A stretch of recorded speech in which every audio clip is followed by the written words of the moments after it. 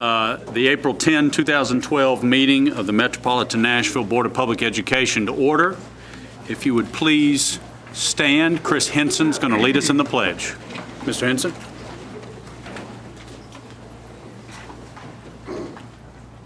I pledge allegiance to the flag of the United States of America and to the republic for which it stands, one nation, under God, indivisible, with liberty and justice for all.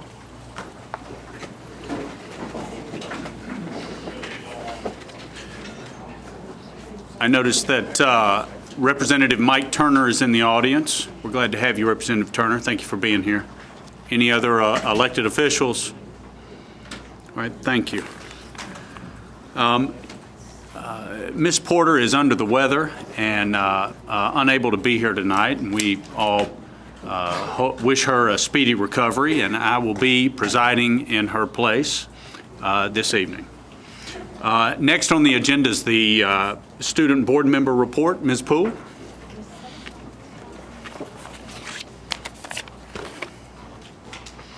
Good evening, Vice Chairman North, Dr. Register, and board members. It's good to be back. I feel like I haven't been here in so long, so it's good to see all of you. My report this evening is brief. It's just highlighting some events that we have in TMAC. We received a career presentation in the industry of public relations and community partnership as one of our monthly TMAC seminars. The students were able to get an understanding on the importance of this particular field.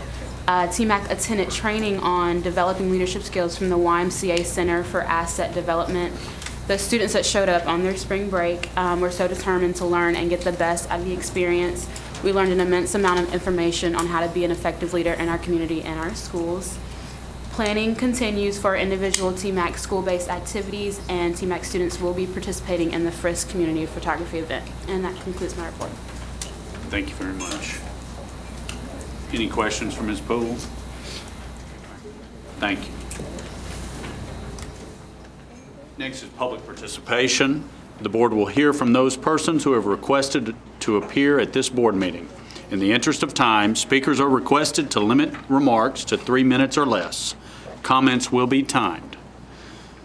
First speaker is Jim Buckley, and on deck is Doug Collier, if you would be ready. Mr. Buckley. Thank you. Good evening, board members and the public. My name is Jim Buckley. I reside in Antioch, Tennessee. I'm employed by the United Steelworkers, and in that capacity, I represent the employees of the Transportation Department of the school system.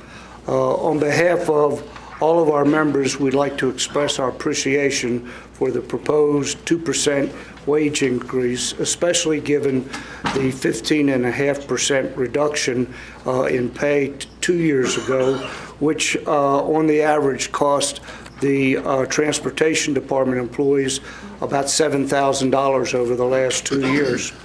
We propose and request that the distribution of the proposed 2% wage increase be done on a weighted average hourly basis, where everybody's wage is figured out on a per hour basis, added up, and we've got a weighted average wage rate for everybody in the department, and multiply that by 2%, and that resultant hourly wage increase would be applied to everybody in the department. For example, if an employee makes $100,000 a year, 2% of that is $2,000.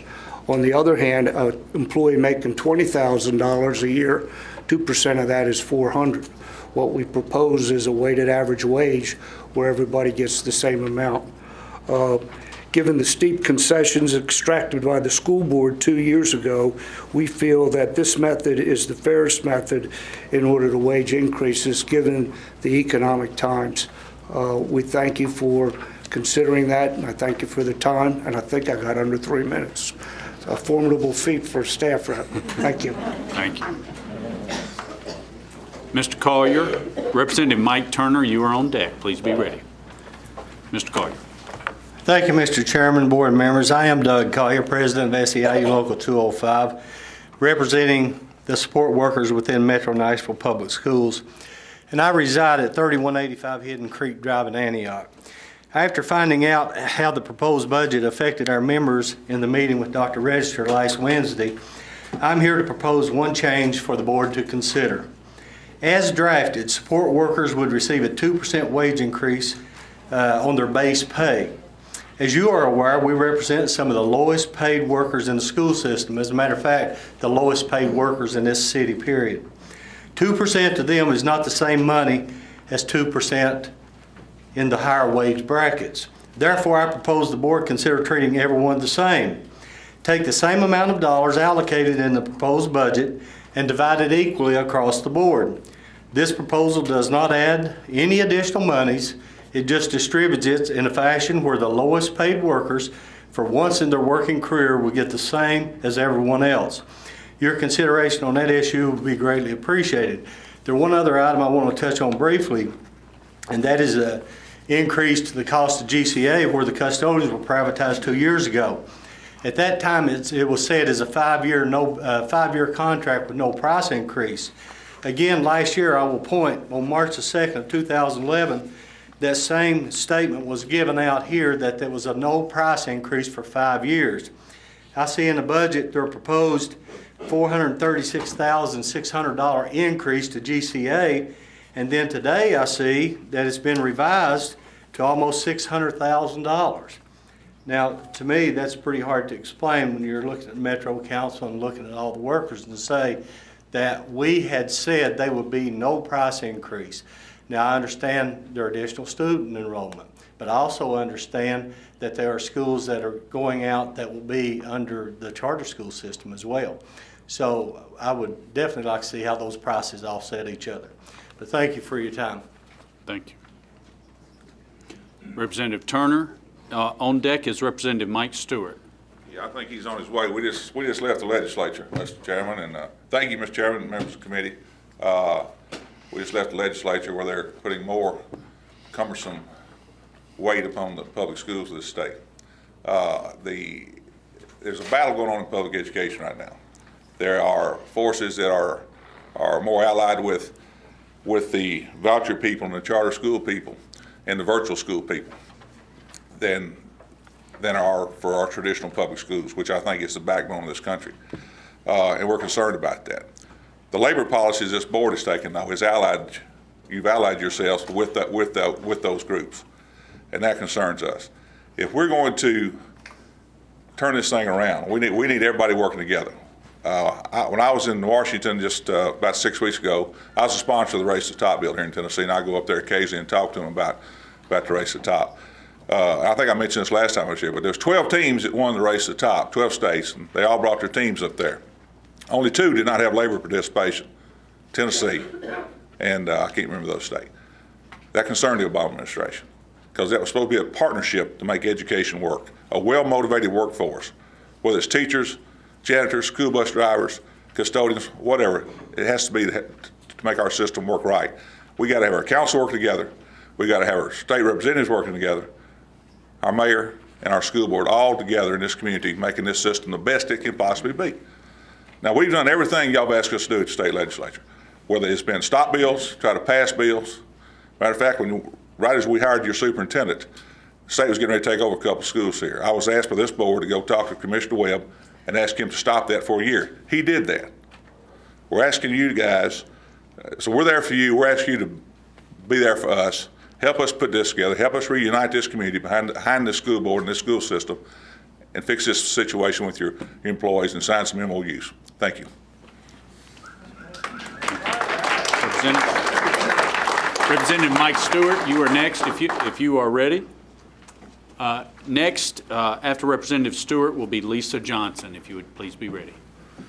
Thank you, members of the board and teachers and administrators and everybody else who's attending. Thank you for your time. I understand I have 3 minutes, and I'll just address one issue, which I think has come up with respect to the whole labor relations issue that Representative Turner talked about.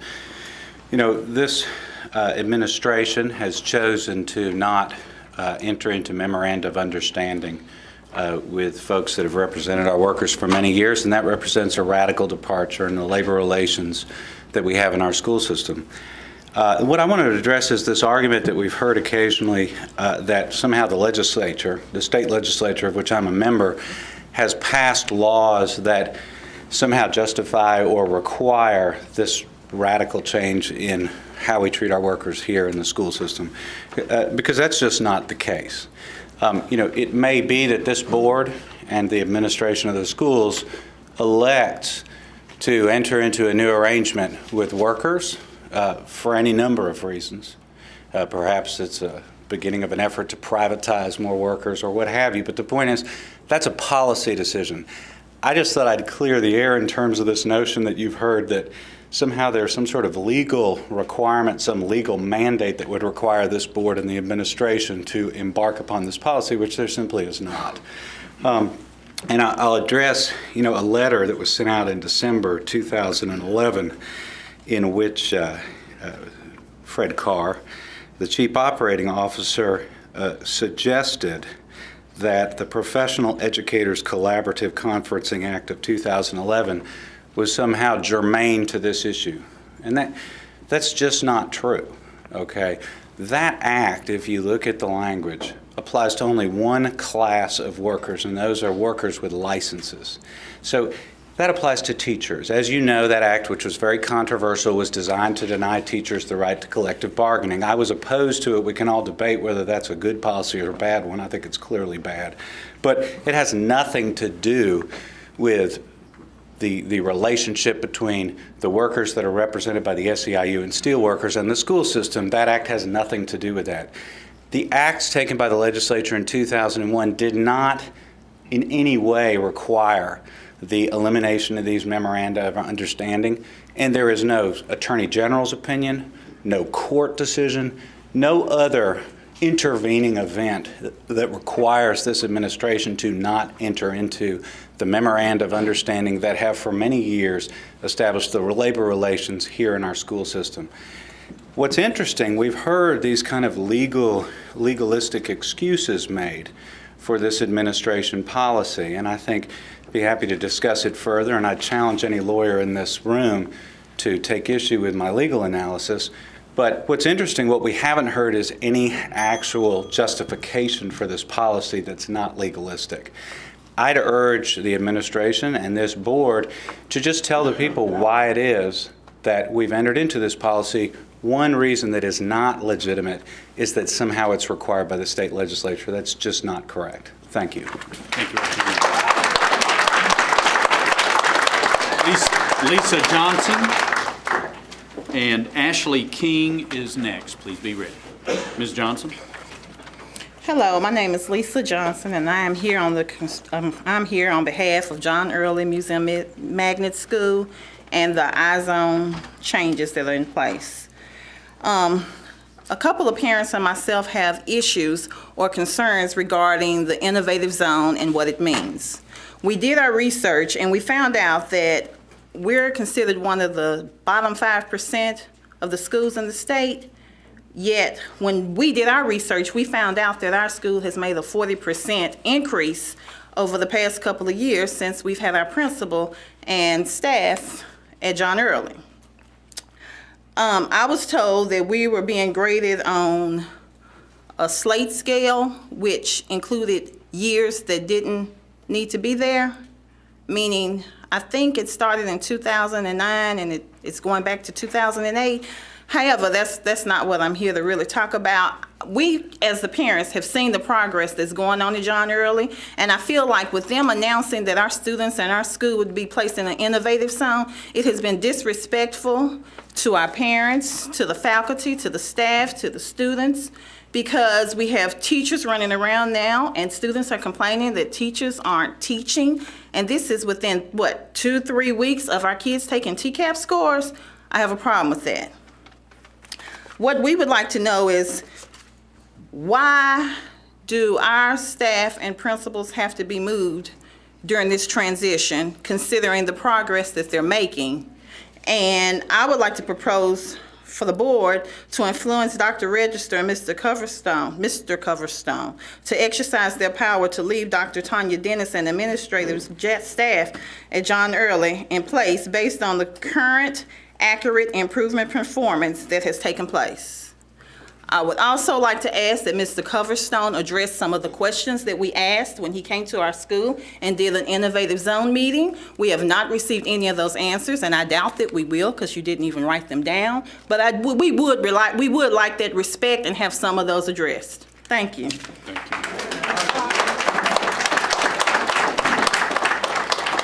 Ashley King.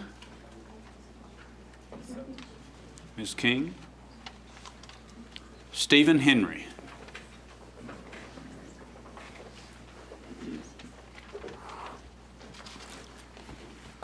Good afternoon, members of the board, Dr. Register. My name is Stephen Henry, and I'm president of the Metropolitan Nashville Education Association. First of all, let me thank the many of you who participated in our Read Across America celebration a few weeks ago. Thank you for helping to make that day such a success and for the work that you do every day to ensure that all of our students in MNPS are successful. I stand before you today to offer M&EA support for the proposed $722.4 million budget for the next fiscal year. The proposed budget is an increase of $48.3 million over current education spending and includes a combination of mandatory and proposed new expenditures. Mandatory increases include 100 new teachers to accommodate a 1,600 student increase in enrollment and maintenance of required state student-to-teacher ratios, the opening of the new Cane Ridge Elementary School, a 2% salary increase for support personnel, step increases for certificated employees, and rising insurance and pension cost. Proposed new expenditures include a new bridge school for 8th to 10th graders to assist the transition from middle to high school, Mayor Dean's Music Makes Us program, which is an overhaul of the district's music education program, and a plan to increase the starting salary of teachers to $40,000. While much of the buzz is centered on the $40,000 starting salary, the budget proposal also seeks to compress the total salary schedule by reducing the number of steps. The conventional wisdom of salary experts is that fewer steps on the salary schedule will benefit teachers by providing greater lifetime earnings. Both components represent a major investment in the teachers of the district. This proposal benefits every certificated employee on the salary schedule and increases their earnings over their career. It continues to recognize the value of experience and education, along with recognizing and honoring an employee's long-term commitment to the district. It also fulfills agreed-upon salary initiatives discussed during the negotiations process over the last 4 years when revenues and the economy prevented its implementation. Increasing the starting minimum salary to $40,000 helps to make the district competitive not only locally, but also nationally. It will help the district both attract and retain top teacher candidates to Nashville. Our students and the community deserve the best, and the hard work of the district's dedicated teacher workforce is long overdue for this salary recognition. M&EA supports this budget because it benefits students and employees, both certificated and support, and it represents a major investment in our community. And I urge your support as well. Thank you very much. Thank you. That completes public participation. We are now on to governance issues. Yes. Yes. Mr. Kendall? Yeah, I was just wondering, have we done any kind of analysis of the proposal regarding the 2%, those weighted issues or whatever? Has the staff done an analysis? No, we have not. We have not. The consent agenda, Ms. Mays. Thank you, Mr. Vice Chair. The consent agenda for April 10th, 2012. Approval of minutes from the 3/13/12 regular meeting, A. B, change order number 1 for roof replacement at Haywood Elementary School, Titan Exteriors, M 465. C, change order number 1 for roof replacement at Stratford High School, Don Kennedy Roofing, Inc., M 459. D, change order number 2 for Chadwell Elementary School additions and renovations, TG Constructors, Inc., M 469. E, change order number 2 for Robert Churchwell Museum Magnet Elementary School renovations, Robert S. Biscayne and Company, M418. F, change